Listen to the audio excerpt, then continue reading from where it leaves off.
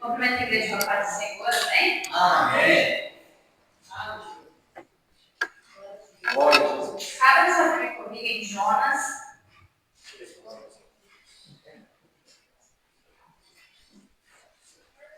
Quer ficar pertinho do altar. Aleluia. Jonas, capítulo 1. Aleluia, Jesus. Todos encontraram? Amém. Oh, grande Deus. A palavra de Deus nos diz assim: a palavra do Senhor veio a Jonas, filho de Amitai, com esta ordem: vá depressa à grande cidade de Nínive e pregue contra ela, porque a sua maldade subiu até a minha presença. Mas Jonas fugiu da presença do Senhor, dirigindo-se para Tarsis. Desceu à cidade de Jope, onde encontrou um navio que se destinava àquele porto. Depois de pagar a passagem, embarcou para Tarsis para fugir do Senhor. O Senhor, porém, fez soprar um vento forte sobre o mar e caiu uma tempestade tão violenta que o barco ameaçava arrebentar-se. Todos os marinheiros ficaram com medo e cada um clamava ao seu próprio Deus e atiraram as cargas ao mar para tornar o navio mais leve. Enquanto isso, Jonas, que tinha descido ao porão e se deitara, dormia profundamente. O capitão dirigiu-se a ele e disse: como você pode ficar aí dormindo? Levante-se e clame ao seu Deus. Talvez ele tenha piedade de nós que não morramos. Então os marinheiros combinaram entre si: vamos lançar sortes para descobrir quem é o responsável por essa desgraça que se abateu sobre nós. Lançaram sortes e a sorte caiu sobre Jonas. Por isso lhe perguntaram: diga-nos, quem é o responsável por essa calamidade? Qual é a sua profissão? De onde você vem? Qual é a sua terra? E a que povo você pertence? Ele respondeu: eu sou hebreu, adorador do Senhor, Deus dos céus, que fez o mar e a terra. Amém? Feche os seus olhos essa noite. Espírito Santo de Deus, assim como o Senhor já tem falado ao nosso coração desde o início deste culto, pedimos ao Senhor, Pai, que o Senhor continue revelando a nós a Tua palavra, a Tua vontade, o Teu querer. Os nossos corações estão abertos, Jesus, para receber aquilo que o Senhor tem preparado para nós nessa noite. Tira todo impedimento, tira toda preocupação do nosso coração que nos deixa com a mente lá fora e não aqui, naquilo que o Senhor tem para nós. Jesus, que ao ouvir a Tua palavra, nossas vidas sejam transformadas, que as nossas feridas sejam curadas, que a nossa alegria, Espírito Santo de Deus, de estar aqui possa aumentar a cada palavra, a cada mencionado, Teu Espírito Santo. Fala conosco, porque nós queremos ouvir a Tua voz, Deus, em nome de Jesus. Pode se sentar, amém? Essa palavra é uma palavra bastante conhecida, né? A gente conhece o enredo, né, da história da vida de Jonas. E eu não sei, os irmãos, eu não sei a igreja, mas desde o momento que eu chego na casa do Senhor, eu fico prestando atenção na palavra de abertura, depois eu presto atenção nos louvores cantados da árvore, eu fico meditando aqui o que está falando. E todas as vezes que eu levo a minha atenção em cada oportunidade, em cada palavra que é mencionada dentro da igreja, nunca o contexto é diferente. Pode alguém vir aqui ler a palavra de abertura, o outro irmão é convidado para trazer os hinos da harpa, depois o grupo de louvor traz a mensagem, mas sempre aquilo que Deus quer falar conversa em uma oportunidade com a outra. O pastor deu Isaías 43. E em um dos versículos o Senhor fala que não existe Deus além dele. Fora dele não existe nenhum outro Deus.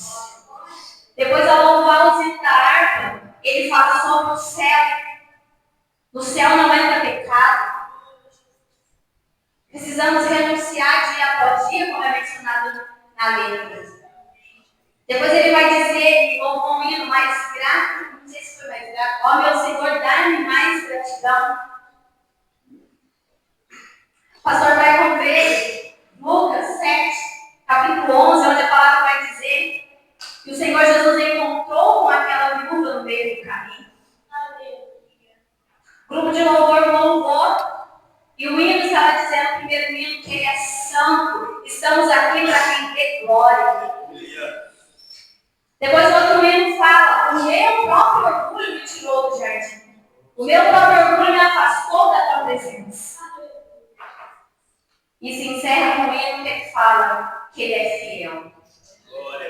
Essa palavra o Senhor me trouxe na quarta-feira. E eu li o versículo 8. E esse versículo, por mais que eu já tenha lido várias vezes, mas esse dia me chamou a atenção porque ele diz assim, ó. Eles perguntaram para Jonas, diga-me, quem é o responsável dessa calamidade? Qual é a sua profissão? De onde você vem? Qual é a sua terra e a que povo você pertence? A história de Jonas, ele foi levantado como profeta para pregar para aquele povo antes do exílio da Babilônia.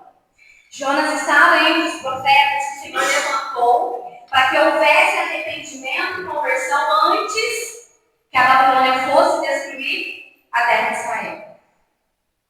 O pecado daquele povo era tão grande, a obstinação do coração daquela terra estava tão grande, a iniquidade chegava aos olhos do Senhor tão grande, que a única forma que o Senhor viu de atrair aquele povo novamente foi levar eles cativo a Babilônia. Só que antes daquele cativeiro chegar, o Senhor Jesus levanta Jonas, Isaías, levanta Jeremias, levanta vários profetas para pregar o arrependimento. Só que o coração daquele povo está tão endurecido. Eles acham que conseguem viver do jeito que ele quer, da maneira que ele quer, se esquecendo de quem era o Deus dele, que eles não se importam com aquilo que está sendo pregado. Em Jeremias, capítulo 33, vai falar que Jeremias levava uma mensagem de arrependimento. E as mulheres que ouviram aquela mensagem disseram assim para Jeremias, nós não vamos nos arrepender. Continuaremos a adorar, a acender incenso para outros deuses. Porque quando o momento difícil chegou, foi porque nós acendemos o incenso. Ele já não estava mais reconhecendo que para Deus era honra, glória e reconhecimento. Eles achavam que o momento difícil, a tristeza que eles estavam passando era por falta do incenso. O coração daquele povo estava tão duro que eles não reconheciam que Deus tinha levantado Moisés lá atrás para livrar eles do Egito. E Deus continuou falando. E eles preferiram jogar Jeremias no poço, preferiram fazer fazer um negócio para matar Jeremias do que se arrepender. Só que a mensagem ainda continuava sendo pregada, arrependam-se, arrependam-se.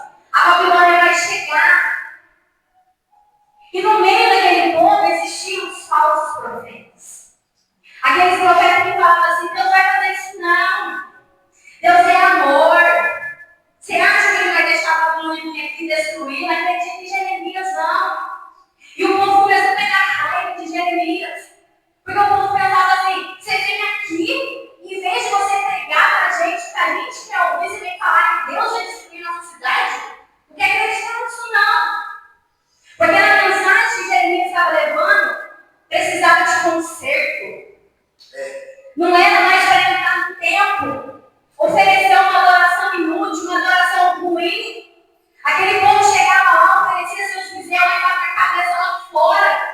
Chegava lá, oferecia o seu banquete, mas estava pensando no próximo pecado que eles iam cometer depois que saísse dali. Ia para o templo adorar o Senhor, mas já estava pensando na próxima oportunidade que eles iam pecar lá fora. E aquilo estava desagradando aos olhos do Senhor, porque a palavra diz que Ele é santo. E as nossas vestes precisam ser lavadas e remidas todos os dias. Deus não quer uma adoração de qualquer jeito, onde eu chego aqui, adoro aqui, mas já estou pensando no pecado que eu vou fazer lá fora. Não é isso que é adorar a Deus. Adorar a Deus é renunciar todos os dias da nossa própria vontade.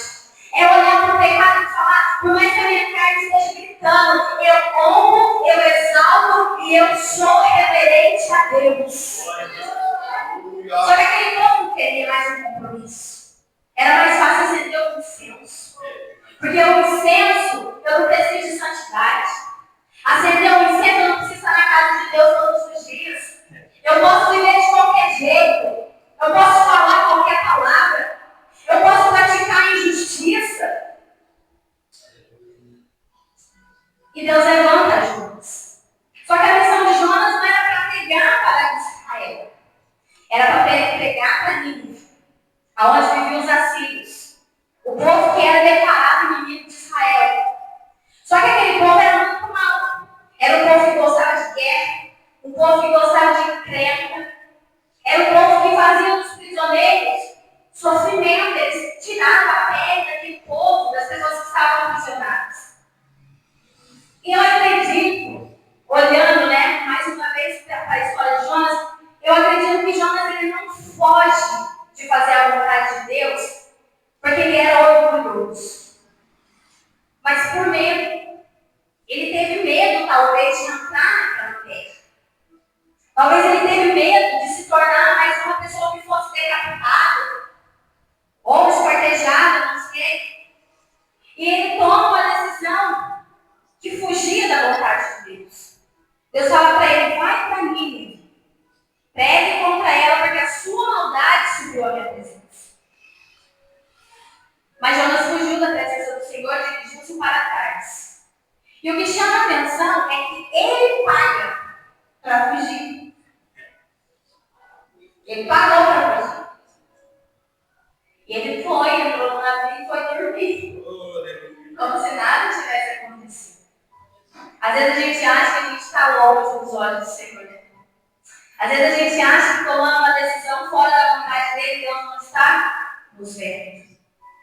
E Jonas dormia tranquilamente quando a palavra do Senhor vai dizer que o Senhor fez soprar um vento forte e causou essa tempestade. E ali todo mundo desesperado, todo mundo preocupado, vai afundar o navio, o que não vai fazer? O capitão do barco acha Jonas dormindo e fala, você está doido? O negócio está balançando, vai ter que morrer e você está dormindo? E numa forma de entender o que estava acontecendo, eles não usaram a sorte, que era o que eles acreditavam, e caiu sobre Jonas. E aí ele vira para Jonas e fala, quem é o responsável dessa calamidade? Porque naquele momento que Jonas estava fugindo, tentando se esconder de Deus, aquele povo, não sei se eles conheciam a palavra, se tiveram a oportunidade de conhecer aquele momento que aconteceu com Jonas, mas eles falam assim, rapaz, acorda, ora, pede para o seu Deus, porque talvez a gente tenha esperança de sair vivo dessa tempestade. E quando a sorte cai sobre Jonas, eles entendem que o responsável daquela situação é o próprio Jonas. E aí ele vai perguntar, da onde que você está fugindo de quem? Qual é o teu histórico de vida? Porque aquele povo, eles tinham temor ao Deus que eles serviam. Porque tudo naquela época era voltado aos deuses, né? Se a gente vai fazer uma guerra, vamos acender o incenso, né? Vamos falar da parte que não era Israel. Se a gente vai não sei o que, Deus não sei o que, a gente vê muito essa questão da idolatria dentro da palavra de Deus, naquela época. E aí o Senhor falou ao meu coração, nós nos respondemos da graça dele e da vontade dele. Jeremias vai dizer que nós fomos gerados no ventre de nossa mãe pela vontade dele. Ele nos escolheu. E as nações ele nos deu por profetas. E eu já ouvi aqui uma vez pregado, agora não lembro quem, que mesmo que a gente seja sentado no banco, ou você acha que você não tem que chamar, você tem. Porque a palavra de Deus diz, ide, fazei discípulos de todas as nações. Todos que frequentam a igreja, sendo ou tendo cargo ou não, é discípulo do Senhor Jesus. Porque é através da nossa boca que nós levamos a mensagem da cruz. É através da sua boca que você prega para alguém. É através de você que gera a sementinha para arrependimento e salvação. É através de nossas vidas. E às vezes a gente quer se esconder do Senhor Jesus. Às vezes a gente quer ficar oculto aos olhos dele.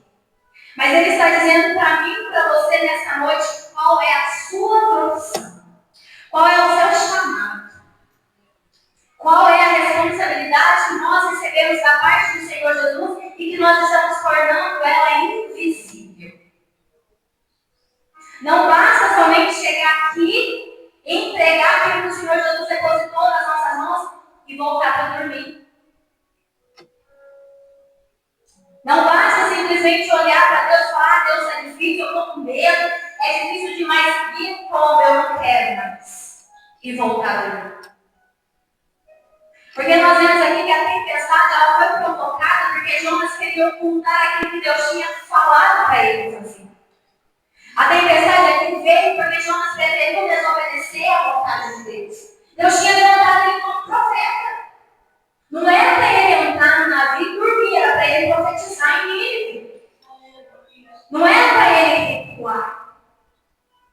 E no momento que ele recuou, a tempestade veio.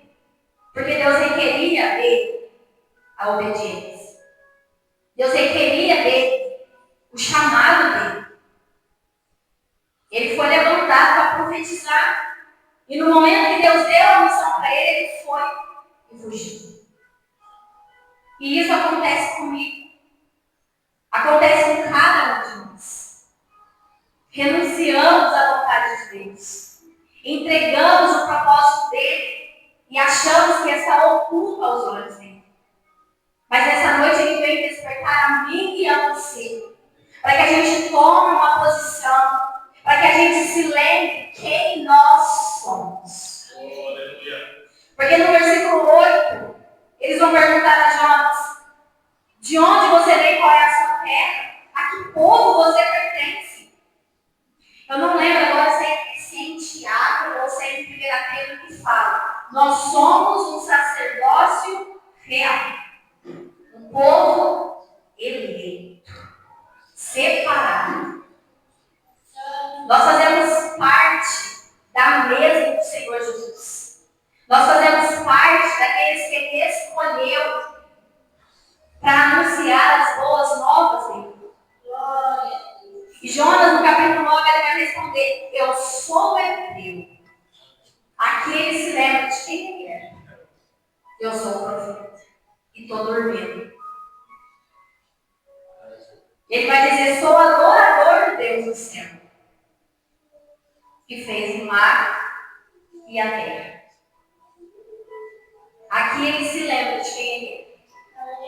E ele entende que ele não deveria estar dormindo lá no porão, tentando esconder de Deus. Aqui nesse momento, Jonas entende que ele poderia ir lá no mais profundo do abismo, até no mais alto da montanha. Mas o Senhor encontraria ele aonde ele estivesse. Eu não sei em qual momento da sua vida você se encontra hoje. Pode ser que você esteja no momento que você está desfrutando o alto da montanha. Mas também pode ser o dia, no momento que você esteja no mais profundo do abismo. Mas o Senhor está dizendo para mim e para você: não há lugar nessa terra em que eu não possa te ver. Não há lugar nessa terra que eu não encontre você. Não adianta a gente andar cabisbaixo achando que ninguém está nos vendo, porque ele está. Não adianta a gente continuar errando, ou pecando, ou andando pelos nossos caminhos, porque ele também continua a nos ver. E tudo que o Senhor requer de nós, igreja, é a obediência. Tudo que Ele requer de nós é um coração quebrantado, um coração contrito, um coração humilde, que reconhece a grandeza e que esteja disposto a servir a Ele. Depois que acontece toda essa situação, Jonas é jogado ao mar. E o mais interessante é que aqueles homens que não tinham conhecimento de Deus, eles temem por estar jogando na vida inocente no mar. Eles mesmos falam que Deus possa nos perdoar se a gente estiver cometendo alguma coisa injusta contra Jonas. Eles tinham mais temor do que o próprio Jonas que conhecia o Senhor Jesus. E lá no versículo 2, Jonas, quando ele é jogado no mar, diz, a palavra que um peixe grande engole Jonas. E quando Jonas está lá, no ventre, não sei se era baleia, porque não fala baleia, É um peixe grande. ventre daquele peixe, ele fala assim, ó, Jonas capítulo 2, versículo 6. Versículo 2. Em meu desespero clamei ao Senhor e ele me respondeu. Do ventre da morte gritei por socorro e ouvistes o meu clamor. Versículo 6. Afundei até chegar aos fundamentos dos montes, a terra embaixo, cujas trancas me aprisionaram para sempre. Mas trouxestes a vida de volta da sepultura ao Senhor meu Deus. Quando a minha vida já se apagava, eu me lembrei de ti, e a minha oração subiu a ti, ao teu santo templo. Foi necessário Jonas ir parar dentro do ventre daquele peixe para ele poder ir para dentro. Tem coisa que a gente caça com a própria mão. Deus manda a gente fazer uma coisa, a gente deixa de fazer a vontade de Deus, vai fazer outra. Aí nesse percurso que a gente vai fazer outra coisa, Deus vai precisar o quê? É ensinar que é melhor obedecer do que sacrificar. Aí o que vai acontecer? O sacrifício vai ter que vir para ensinar que a gente precisa obedecer. Só que não precisava ter passado pelo sacrifício. Era só obedecer. Jonas vai parar dentro de um peixe, chegou a desfalecer, talvez experimentou até a morte, não se sabe, para ele reconhecer que ele tinha que ir para dentro. Nós não precisamos desse sacrifício. Nós não precisamos chegar à sepultura ou à própria morte espiritual para entender que a gente precisa obedecer. Porque no caminho ao qual o Senhor vai nos ensinar, assim como foi com Israel, eles não precisavam ter ficado 70 anos cativos. Eles não precisavam ter experimentado a fúria de Nabucodonosor. Não precisavam ter ido comer o banquete da Babilônia. Não precisava ter passado todo esse processo. Era só arrepender. Era só voltar o coração para Deus e reconhecer mais uma vez que Ele era digno de adoração. Mas eles preferiram e escolheram passar por tudo aquilo. E nós não precisamos esconder isso. Nós não precisamos experimentar as tristezas, as frustrações que o mundo tem a oferecer. Nós não precisamos passar por um caminho tão difícil. Porque a palavra de Deus vai dizer que o caminho ele é estreito. Ele é difícil, mas como o Senhor, o nosso fardo é leve. Como o Senhor, a nossa cruz ela não é pesada. Só que muitas das vezes a gente prefere carregar uma cruz, prefere carregar um fardo que a gente não precisa, por conta da desobediência. O mundo a qual nós estamos caminhando, ele procede para uma coisa, para a condenação. As coisas que o diabo oferece lá fora é para uma coisa, condenação. Não existe outro caminho. O Senhor Jesus ele fala, eu sou o caminho. Eu sou a verdade, eu sou a vida. Fora dele não tem outra opção. Não tem opção de vida. Ou é o céu, ou é o inferno. E a igreja está caminhando para essas duas opções. A escolha é minha e a sua. A escolha do Senhor Jesus é salvar todo mundo. Mas se eu quero ser salvo ou não, é a minha escolha. Ele não obriga ninguém a entrar no céu. Nós vamos entrar lá pela nossa própria decisão. E é nisso que nós temos que tomar cuidado, porque às vezes a nossa decisão é caminhar aqui na terra sem compromisso com Ele. Mas eu entendo que se nós não temos compromisso com Ele aqui, não tem por que Ele preparar um lugar para mim no céu. Se eu não tenho vontade de andar com Ele aqui, de servir a Ele aqui, por qual motivo Ele tem para me dar um lugar? Nós precisamos conhecer a Deus mais e mais. Intimidade. Quando nós somos íntimos do Senhor Jesus, nós entendemos o que Ele quer de nós. Quando nós lemos e praticamos a palavra do Senhor, nós entendemos o que Ele requer de nós. Não precisa sofrer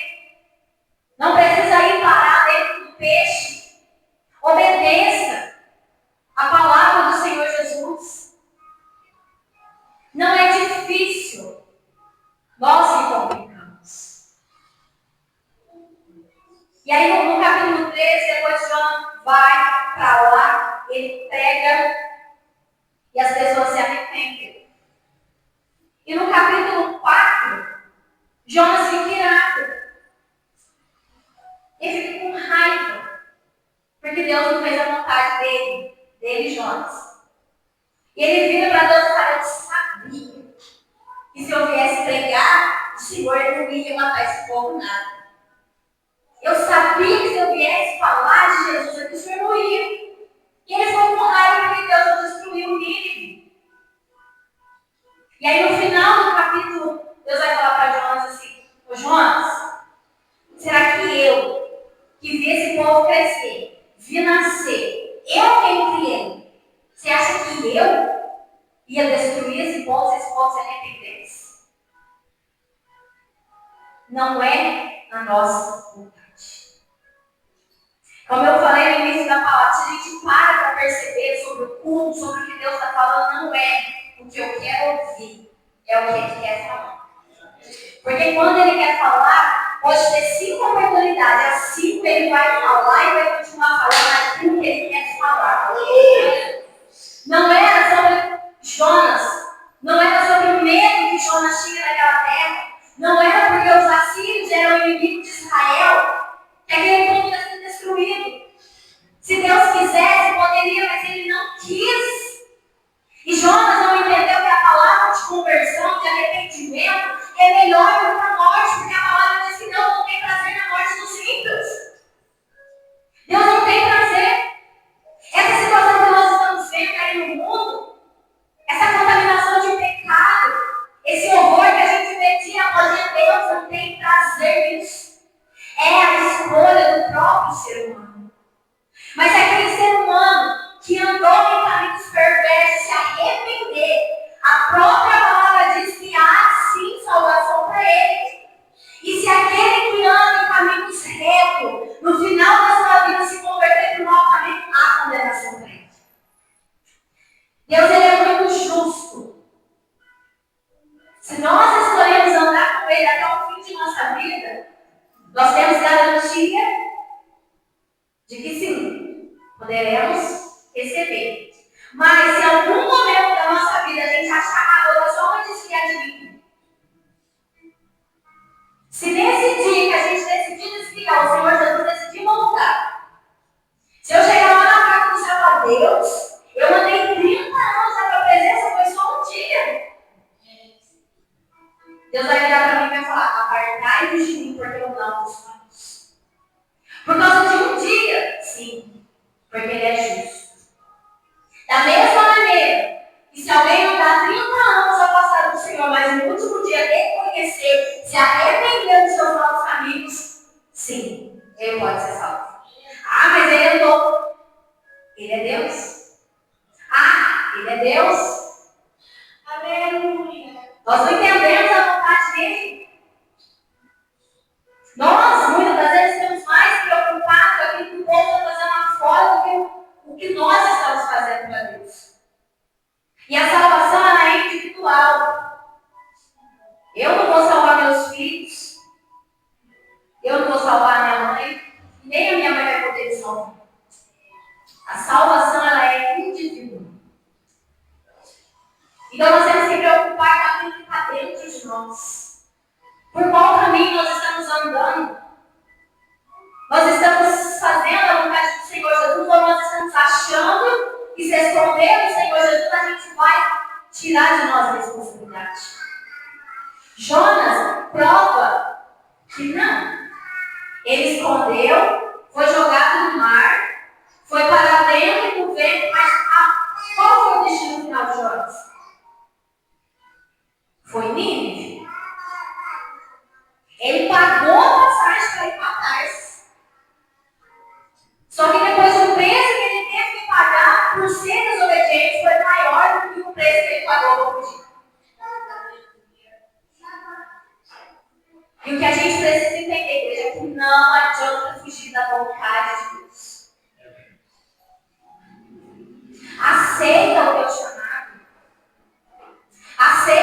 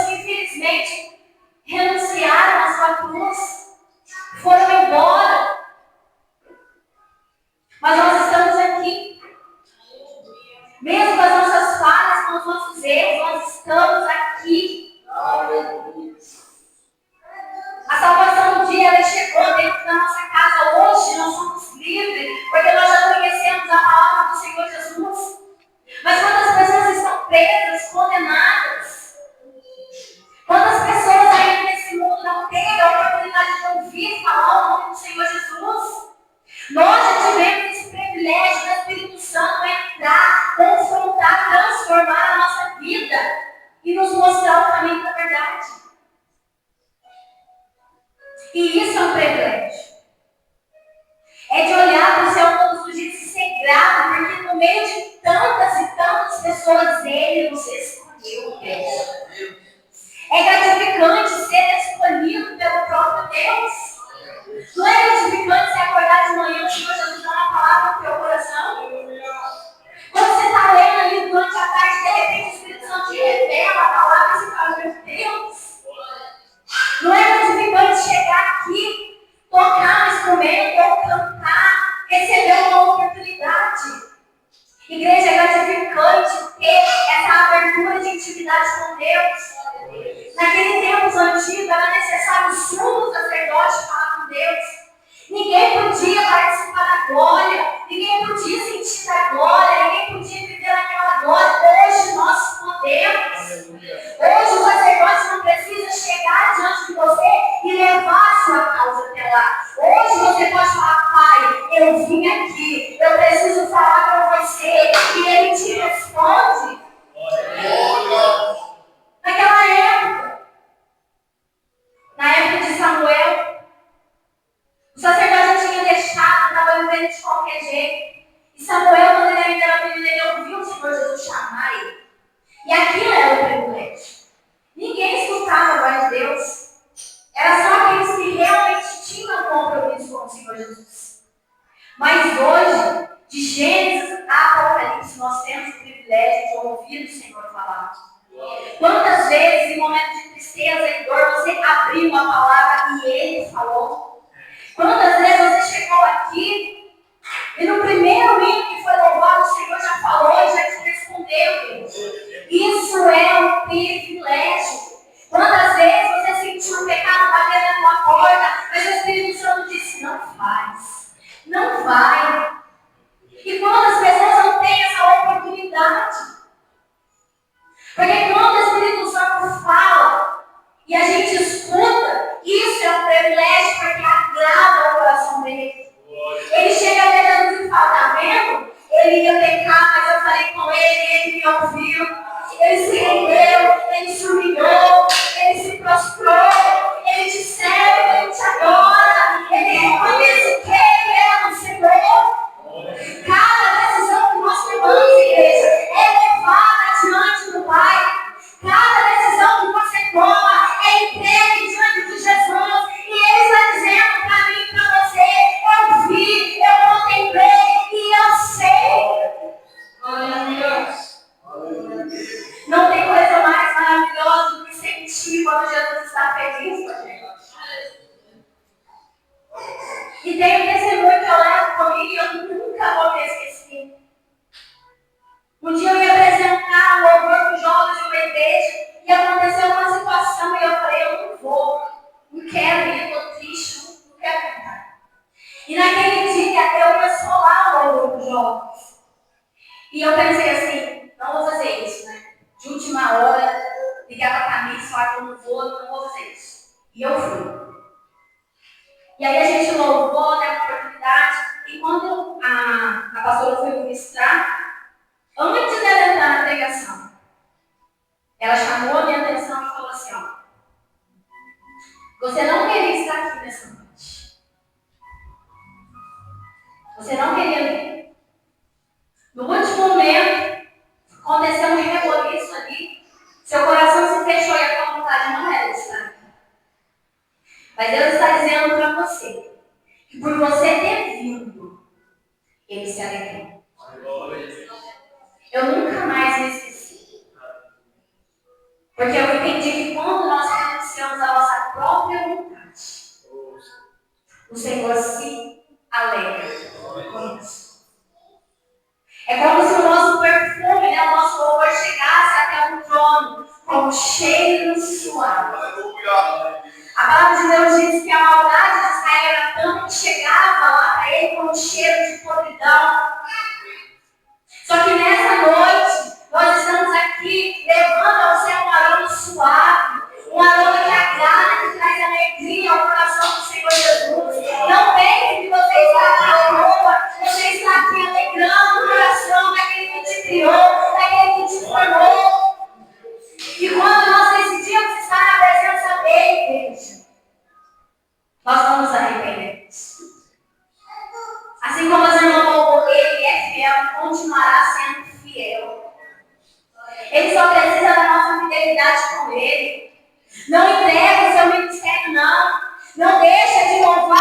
Senhor Jesus, não. Não deixa de fazer a obra que Ele colocou na tua mão, não. Porque a nossa recompensa, ela não está aqui. A nossa recompensa é no céu. Naquele momento, como foi pregado aqui. Quando a gente vê o privilégio de ver o Senhor Jesus na porta do céu esperando para te receber. Essa é a nossa alegria. De saber que o nosso Jesus, aquele que morreu por mim e por você, estava lá te esperando para te abraçar com alegria, para te receber. O teu lugar já está preparado lá.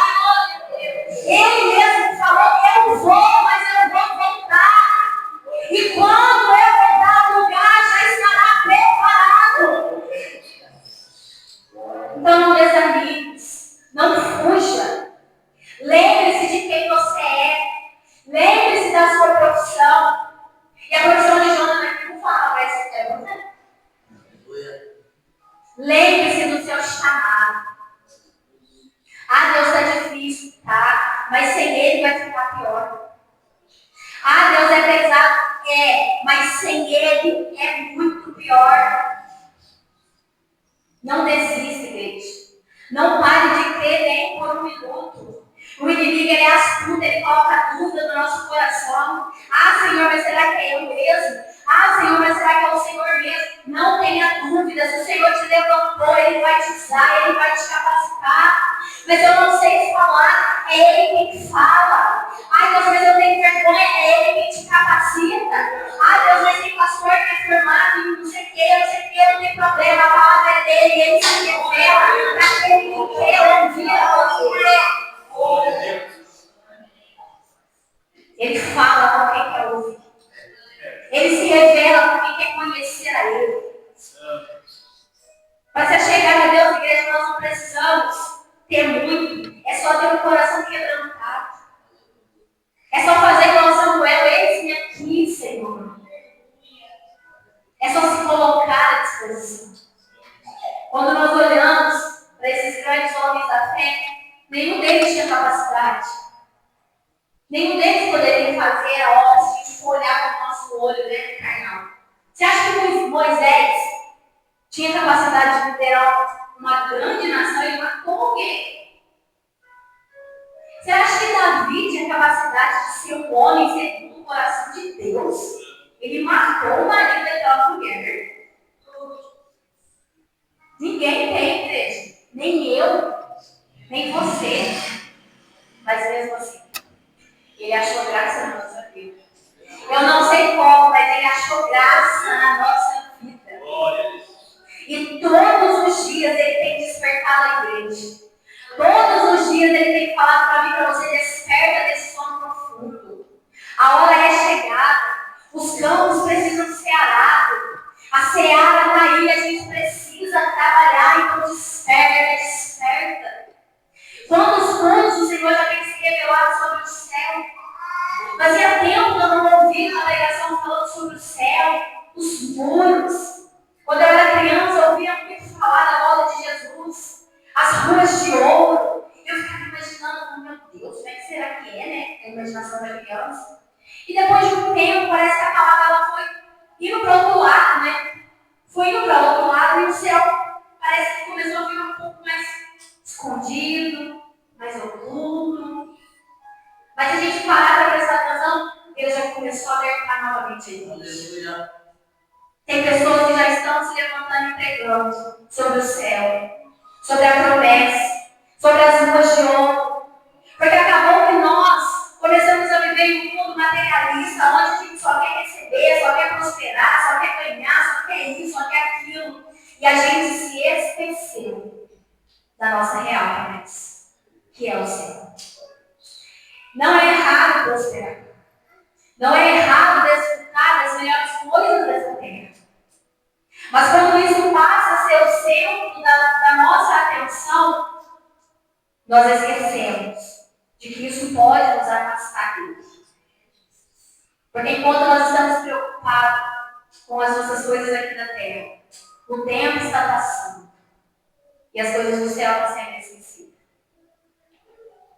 Deus ele não requer muito de mim e e de você. O Senhor Jesus não requer muito de nós. E eu vou ler para a igreja, eu já ia encerrar, mas eu vou ler esse versículo para a igreja, que se encontra.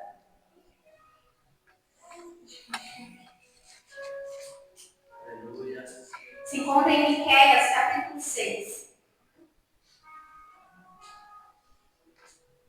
Versículo 8. Miqueias 6, versículo 8. Ele diz assim: Ele mostrou a você, homem, o que é bom. E o que o Senhor exige. A única coisa que o Senhor Jesus estava exigindo daquele povo era que eles praticassem a justiça, que eles fossem fiéis e que eles andassem humildemente com o seu Deus. Deus não estava pedindo muito. Deus não estava pedindo ouro. Deus não estava pedindo prata. Enquanto aquele povo estava obedecendo, ofertando a outros deuses, a única coisa que o Senhor pedia daquele povo era a humildade. A única coisa que Deus pedia era a lealdade. Muitos daquele povo estavam até oferecendo o seu próprio filho como sacrifício. O diabo estava pedindo a herança do Senhor. Tinha um Deus lá, eu não lembro qual é o nome dele, que ele tem Moloque. A oferta para agradar aquele Deus era sacrificar o seu filho, a sua criança. E aquele povo tinha capacidade de entregar o seu filho para agradar aquele Deus, mas não tinha capacidade de ser leal aos mandamentos do Senhor Jesus.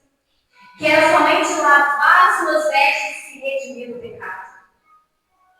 Aquele povo vivia praticando injustiça, ofendendo as viúvas, machucando aqueles que eram mais vulneráveis. E Deus estava pedindo para aquele povo ser o quê? Andar na justiça. A justiça não é você resolver, você fez isso, tomou na justiça. Não é isso. A justiça de Deus é você amar aquela pessoa. É você ser justo. Aquela irmã está passando por necessidade, ou aquele irmão está precisando. É ser justo, é oferecer carinho, é oferecer amor. Não é sair aí sendo justiceira, você fez isso, então eu vou fazer isso. Não é isso. Ser justo é você ver que tem uma pessoa mais necessitada e você acolher. Ser leal é você colocar o Senhor no centro da sua vida e colocar Ele como primeiro. E andar humildemente na presença do Senhor não é andar como se a gente fosse um coitadinho. Ah, como eu sofro. Não é isso. Ser humilde é reconhecer que Ele está acima de todas as coisas e que nós dependemos dele para viver, para respirar, para se alimentar. É reconhecer que Ele é grande e que nós somos pequenos. Mas não é pequeno no sentido de inferioridade, é no sentido de que nós somos criaturas dependentes do próprio Deus. O pastor Michael disse aqui, acho que foi domingo que ele falou, né? O peixe não consegue viver fora da água. Nós não conseguimos viver fora do nosso Criador. É reconhecer isso. É reconhecer que nós estamos aqui por Ele e para Ele. Coloque sobre os seus pés nessa noite. Aleluia, Jesus. Não saia daqui triste, igreja. É uma palavra. É uma palavra que confronta, mas ela traz vida. Porque a Bíblia mesmo fala que o Pai corrige o Filho que Ele ama. Se nós estamos sendo corrigidos pelo Senhor Jesus, é porque Ele ainda tem graça pela nossa vida. E isso é um privilégio. Porque nós ainda estamos na corrida contra o tempo. Não é porque nós estamos aqui nessa noite que a gente já está salvo. Não é porque a gente vem na igreja de domingo a domingo que a salvação já bateu na nossa porta. A renúncia vai ser até o soar da trombeta. Até a trombeta soar, nós precisamos nos arrepender, nos converter dia após dia. É lavar as nossas vestes. As mulheres aqui que é dona de casa, toda semana a gente tem que lavar roupa, não é assim? Toda semana. Você lava a roupa. Mas eu acabei de lavar, não. de novo. É assim, é todos os dias lavando, nos redimindo, nos prostrando, reconhecendo que Ele é Deus. É todos os dias estar aqui, falando para Ele: Jesus, liberta-me de mim. Eu ainda preciso ser liberta, eu ainda preciso ser lavada, eu ainda preciso ser redimida, Senhor. Todos os dias. Oh, aleluia. Nós vamos louvar alguém. Feche seus olhos nessa hora.